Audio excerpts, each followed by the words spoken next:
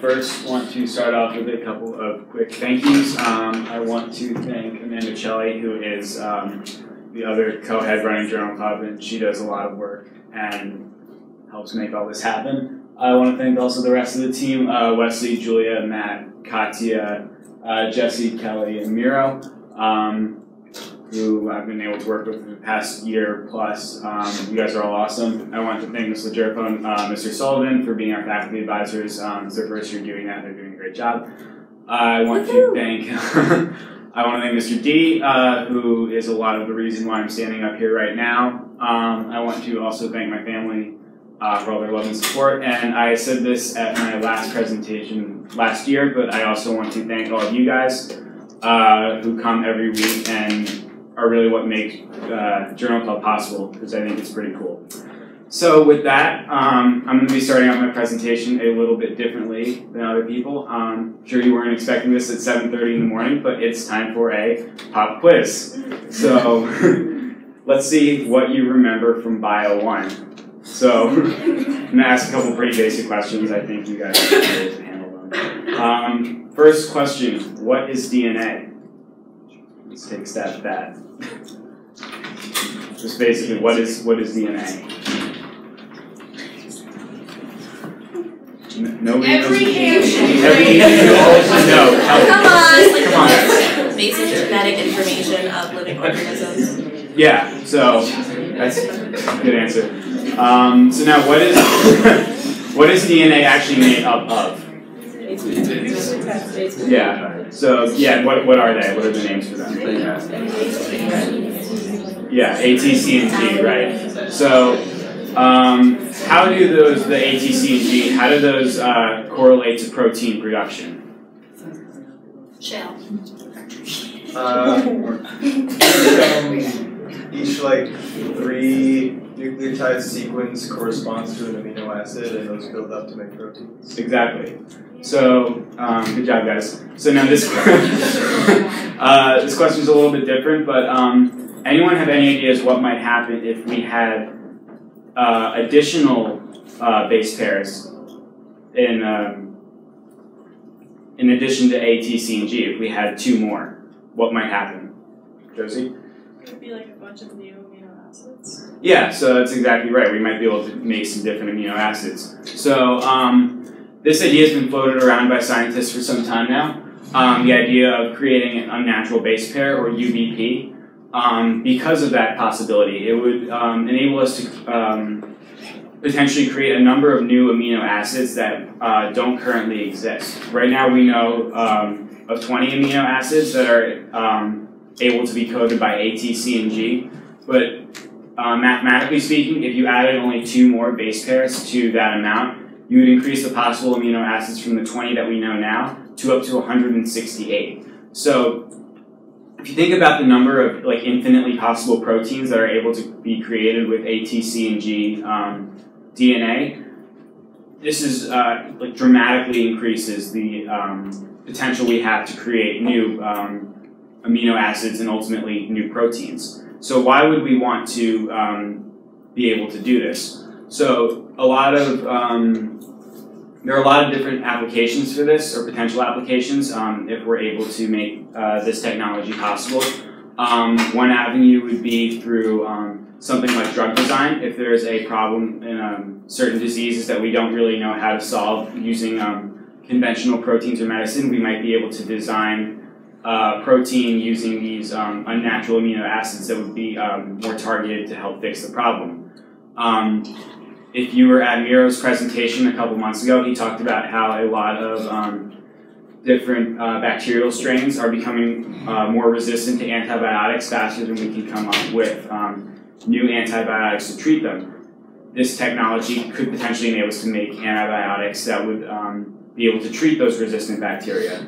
It may have implications in things like nanotechnology and information storage, or DNA nanostructures, which are some things that a lot of scientists are looking at in terms of how else we can use DNA besides coding for proteins.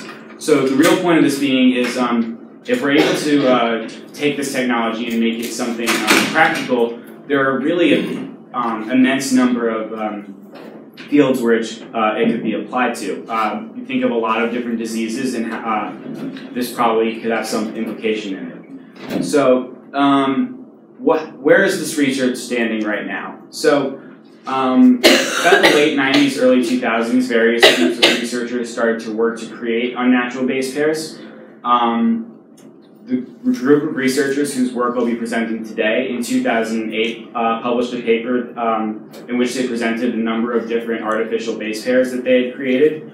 The most promising one is this one pictured right here, which is called 5-SICS and NAM. I'm not going to call them that because they're kind of a mouthful to say, so I'm going to call them what the researchers abbreviated them to, which is X and Y. So think about ATC, G, and also X and Y now. In 2012, they published another paper in which they had taken X and Y base pairs, were able to put them in a DNA strand alongside ATC and G base pairs, and were able to replicate that strand through PCR. So this is really important because now we're able to we have the means, or it's at least possible to replicate this strand of DNA. I'm going to be referring to this later, but the plasmid, which is a small piece of DNA, for those who don't know what a plasmid is called PINF. Yes? Just to clarify, a second ago I thought you were talking about adding new amino acids. Right. But now you're talking about adding new nucleotides. Right, so you're talking about both. Well, yeah, the amino acid part is right now hypothetical because we haven't actually created new amino acids yet, but this is the first step towards doing that because we need new base pairs in order to create new amino acids. I'm going to touch on a little bit more of that later on. So, so yeah, they're able to make this plasmid, which is going to come up again. So now what they're looking at is, so we have these artificial base pairs, and we're able to put it inside DNA, but now are we able to take that DNA and at least make it functional or inside of a living cell?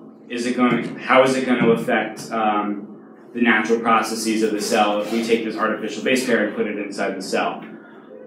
So the researchers were really looking at 4 main questions to tackle in terms of their work, which I'm about to present. I want you to remember these because it's kind of the groundwork for what I'm going to be talking about the rest of my presentation. The first problem was how do we get these artificial nucleotides into the cell? It's one thing to just take the DNA strand and transform it into a cell, but in order to make it possible for the cell to replicate that DNA, it needs to have the means or the necessary material in order to copy that DNA another time. When cells copy new DNA, they're using nucleotides that are already inside the cell. So there are already ATC and G base pairs inside the cell that are able to be assembled into that new DNA. There aren't X and Y naturally existing inside the cell because they're unnatural. They don't exist in nature. So we need to figure out a way to take lots of these free base pairs and put them inside the cell so that they can be combined into larger DNA strands. Second problem researchers wanted to figure out how to solve was, can the DNA with the unnatural base pairs still be replicated inside of a living cell using existing machinery? So will a cell's DNA polymerase, when it goes to replicate this DNA strand, be able to scan the DNA, recognize the presence of X and Y as separate from ATC or G, and be able to replace, or in the new strand, put in a new X and Y in the same place? So that's very important. Third thing, which is closely related to that, is are the cells going to be able to retain this base pair over multiple generations? As the cells grow and divide, are they still going to be able to copy the X and Y into new generations of cells many more times? And the last thing was a little bit different, but the researchers need to figure out a way to control the presence of the unnatural base pairs. We need to do this so we don't have a situation like we have in this little comic right here, where create something and don't really know what it is, and don't know how to remove that DNA just as a sort of a fail-safe. So we need a way to be able to eliminate the unnatural base pairs from the DNA when we want to. This might seem counterintuitive, but I'll talk about this a little bit later, why that's actually really important. So my paper is titled A Semi-Synthetic Organism with a Expanded Genetic Alphabet. Take this term semi with a grain of salt because it's really one base pair inside of a small piece of DNA inside of an entire cell. But it's still pretty significant nonetheless. Anyone have any questions before I start talking about this? Jenny? So right now with the 4 base pairs, there's some overlap between the three different triplets and then the same amino acid. So what's to say that the addition of the new base pair will actually generate new amino acids? We don't really know that for sure. I'm going to talk about that a little bit later, but that is a possibility. It hasn't been tested yet, so we don't really know. Drew? When they're designing these new base pairs, do they always design them in a way that like makes them complementary to each other? So like X and Y are complementary? Yeah, so actually, whoops. So these base pairs actually, what's different about the unnatural base pairs compared to this is C and G right here as we know it. What's different is these actually don't directly bind together. They sort of like fit together but aren't actually bound together by the bonds that C and G are. So think of it sort of like if you have a zipper and you're missing like one of the little pieces of metal, the whole zipper will still work, but you're still, like you can't have an entire strand of X and Y because it wouldn't be strong enough to stay together. But within if you surround it with A, T, C, and G, it works fine. Dr. Kirkhart? Well, so I've got 100 questions, but I'll control myself. My newest one now is hydrogen bonds. So you said that it successfully works with PCR, but when the polymerase, when it's matching without any hydrogen bonds, is it really just about shape, or is it just a higher error rate of actually finding a matching base pair? I'm not really sure about that. Yeah. I mean, something that fits. Yeah. Doesn't. I believe it's about shape, but I'm not 100% on that. So. Yeah, I guess the follow-up to that would be what's to stop one of the other bases from pairing. If, say, you have X in your strand and you're replicating it, instead of having a base pair of Y, why wouldn't G come in? I mean, yeah. Okay, we don't know the answer. It's just something it is a hypothetical. I mean, there's actually, I'll talk about this in a little bit, but there's a situation kind of like that. So, yeah. Sorry, one more. Yeah. So I assume these scientists, if they're making this, then they're assuming they're also going to make artificial amino acids and tRNAs. That's the end goal. Right now we don't have the necessary, we haven't really tried doing that yet because we have to make all of this work we have to make it sort of viable within the cell before we start trying to create proteins. But that is the end goal. But that is the end goal, yes. Okay, yeah. So, first thing that the researchers wanted to look at, like I mentioned, was how do we get material into the cell so that we're able to replicate the DNA. So, part of the problem is that they're trying to do this in E. coli because E. coli is readily available and it's safe. But E. coli let me backtrack for a second. When they designed the base pairs, when they're on their own, the researchers were only able to create them in the form of a triphosphate, meaning that the nucleotides had 3 phosphate groups attached to it. A lot of you might know ATP, which is a nucleotide with 3 triphosphate groups attached to it. The problem being is that in order to get them into the cell, E. coli don't naturally have the machinery to be able to take triphosphates from the outside of the cell and bring them inside. So they had to figure out a way to do that. What they did was they took a gene that was coded for a nucleotide triphosphate transporter, which is something that does what they needed it to do. That's normally found in algae and expressed that in the E. coli. And what they found was that these cells were now, when you grew them in a medium with the X and Y triphosphates, they were able to take triphosphates from the outside, which is this black bar right here, and bring them inside. So these gray bars right here represent diphosphates and monophosphates, meaning that the cells are bringing them bringing X and Y, which is here and here, from the outside to inside the cell, and are able to break them down into monophosphates, which are what actually compose DNA. So this is good. This means that we're able to take the unnatural material and now put them inside the cell. Second thing that they want to look at is, so when they took this plasmid I talked about earlier, the PINF plasmid, put it in cells and tried to grow it. The cells, which when not supplied with the triphosphates,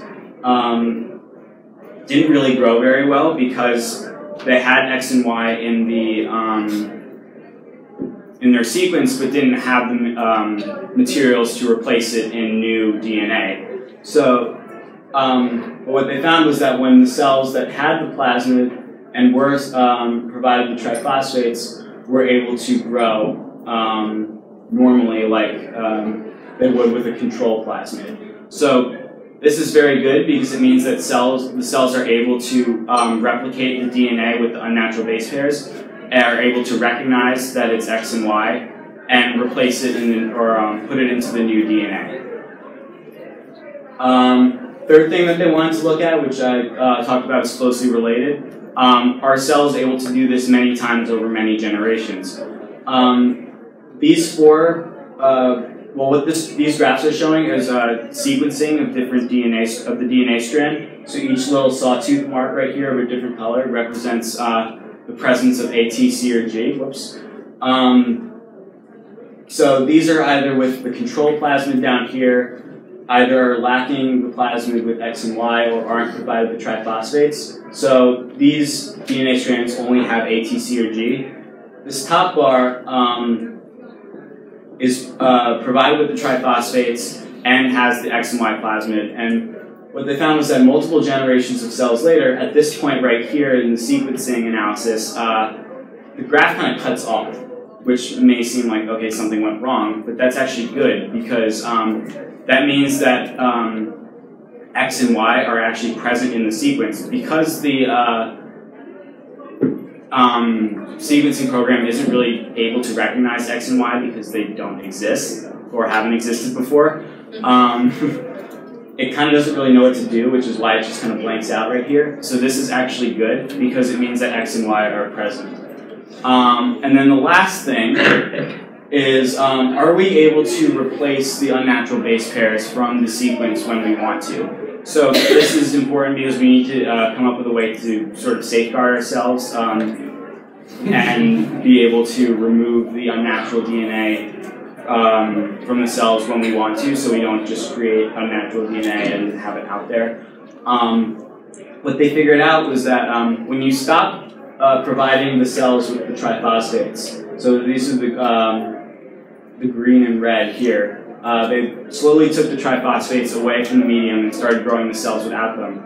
And what they found was that over time, the number of cells that were able to retain X and Y in their DNA in the plasmid dropped. So over time, once they started to run out of X and Y nucleotides inside the cell, they would gradually start to replace it. By the 75th hour, it was about 40%, a little bit more, and by the 126th hour, it was below 20%. It was also interesting, I'm not really sure why, but it always was replaced by A and T. We still don't know exactly quite the reason why it is that, but it's something good to know. So now that we've solved all these problems, you know, as in science, with every question you answer, some new ones come up. Yes? I have a question, just going back a little bit. So when they were doing replication with X and Y, and they had the transporters putting in the artificial base pairs, were they, what was the concentrations like? Because I imagine if you overload the cell with X and Y, you're going to have a higher likelihood of getting them to base pair. I don't know exactly what it was, but I'm pretty sure it was relatively high. So it was higher than an endogenous or the normal level of nucleotides in the cell? I would imagine so, yeah. So, so now this brings up a couple of new questions that we have to answer. The first one being, all right, now that we're able to have these unnatural base pairs viable and be able to replicate it inside of a cell, what happens when we actually translate and transcribe them into proteins? Is this really the end goal of what we want to do? So are we able to translate and transcribe them, and if so, what happens? Are we going to get new amino acids that we don't know exist yet? Like Jenny said, are we just going to get the same amino acids coded by this new DNA? Or might we be able to figure out a way in which we could design artificial amino acids and somehow program the DNA to code for those? We don't really know, so these are a lot of the big questions going forward. We also would need to figure out how these potential artificial amino acids would function alongside current ones and inside of proteins as a whole, and how those would interact. Also, another question worth considering is, are we able to keep these unnatural base pairs existent outside of the cell in a petri dish? Because all these experiments that I just showed you were done in specific medium that had, or media that had the triphosphates available. So it might be worth considering to try to figure out a way to do that otherwise. Last thing I want to touch on, because we're running close on time, are some ethical concerns with this research. Because I think while it is potentially groundbreaking and interesting, there are also a lot of potential problems that could come up with this. One thing that I saw reading about this research a lot was some scientists theorized that there were only maybe meant to be 4 nucleotides, that nature had somehow evolved so that we only had A, T, C, and G. Maybe 6 or 8 or 10 was, for whatever reason, too complicated or not sustainable for life. So could we potentially be creating problems somehow or make things less efficient by adding a 6th nucleotide? There are also a lot of concerns with, are we hacking nature? I think a lot of people, if you see stuff about like GMOs, even when they're told by scientists it's safe, aren't really sure how to react when it comes to sort of modified life, if you will. So I think this is taking that to even more of an extreme, because it's literally the unnatural building blocks for life. So you have to think about that as we're moving forward. And the last thing, which I think is the most important, but talked about this a little bit earlier, but what happens if we create a problem that we don't know how to solve? I mentioned that this could have a lot of implications in terms of medicine and research, but there's also the potential that we create some sort of artificial protein that is harmful to us, and because it's unnatural DNA, we don't really know how to deal with it. So that's why it was important that the researchers were able to create this sort of safety plan to remove the X and Y from the chromosome if needed. But I think this is obviously something that we have to keep in mind as we progress with this research. Anyone have any quick questions, since we're kind of close on time? Yeah. When they're adding in the X and Y, are they replacing like one A, T, G? Yeah, so they had a control plasmid that was like a very similar plasmid. What they did was they took the strand and put in X and Y in the place of. Yeah, basically. Okay, we're good. If you have any additional questions, feel free to email Adam, and he will definitely respond and give you his answers. But I think we should give him a quick hand because.